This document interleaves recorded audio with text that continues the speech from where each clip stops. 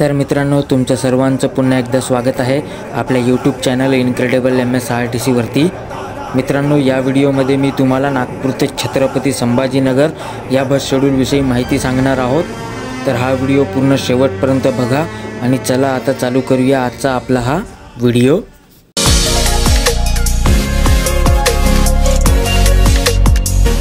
तर मित्रांनो, नागपूरवरून वेगवेगळ्या मार्गाने छत्रपती संभाजीनगरला जाण्यासाठी बसेस उपलब्ध आहे, ज्यामध्ये काही बसेस यवतमाळ, कारंजा-लाड, वाशिम मार्गे छत्रपती संभाजीनगरला जाते, तर काही बसेस अमरावती, कारंजा-लाड, वाशिम, मेहकर मार्गे छत्रपती संभाजीनगरला जाते।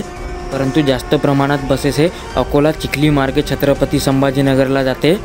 आणि या व्हिडिओमध्ये सुद्धा मी तुम्हाला याच अकोला, चिखली मार्गे छत्रपती संभाजीनगर जाणाऱ्या बसेसविषयी माहिती सांगणार आहोत। तर मित्रांनो, व्हिडिओमध्ये दिसत असलेली बस ही गणेशपेठ आगार नागपूर विभागाची असून या व्यतिरिक्त घाटरोड आगार, छत्रपती संभाजीनगर 1 आगार, छत्रपती संभाजीनगर 2 आगार हे सुद्धा नागपूर ते छत्रपती संभाजीनगर बस शेड्यूल ऑपरेट करते।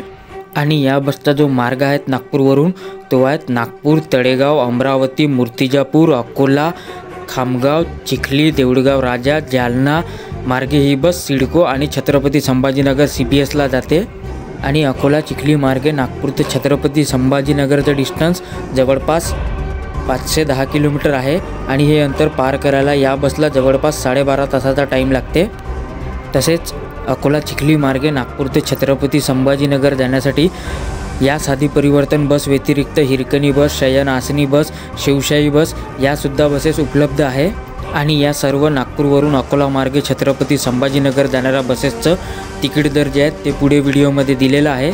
आणि नागपूरवरून अकोला, चिखली मार्गे जाणाऱ्या बसेस व्यतिरिक्त इतर मार्गाने छत्रपती संभाजीनगर जाणाऱ्या बसेसचं जे तिकीट दर आहे हे त्यांच्या शेड्यूलच्याच डेडिकेटेड व्हिडिओमध्ये सांगण्यात येईल। बाकी मित्रांनो, सर्वच मार्गे नागपूरवरून छत्रपती संभाजीनगर जाणाऱ्या बसेसचं टायमिंग जे आहेत ते पुढे व्हिडिओमध्ये दिलेलं आहे।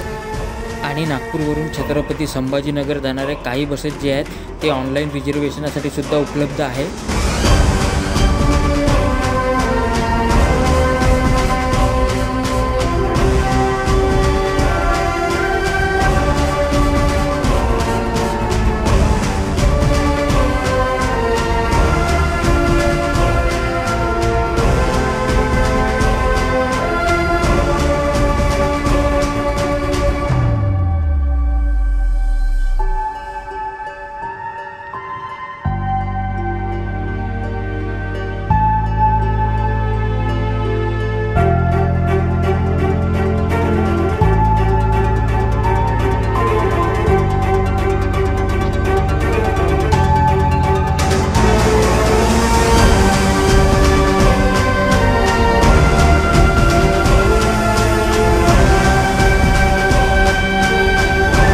तर बस मित्रांनो, या व्हिडिओमध्ये बस एवढंच।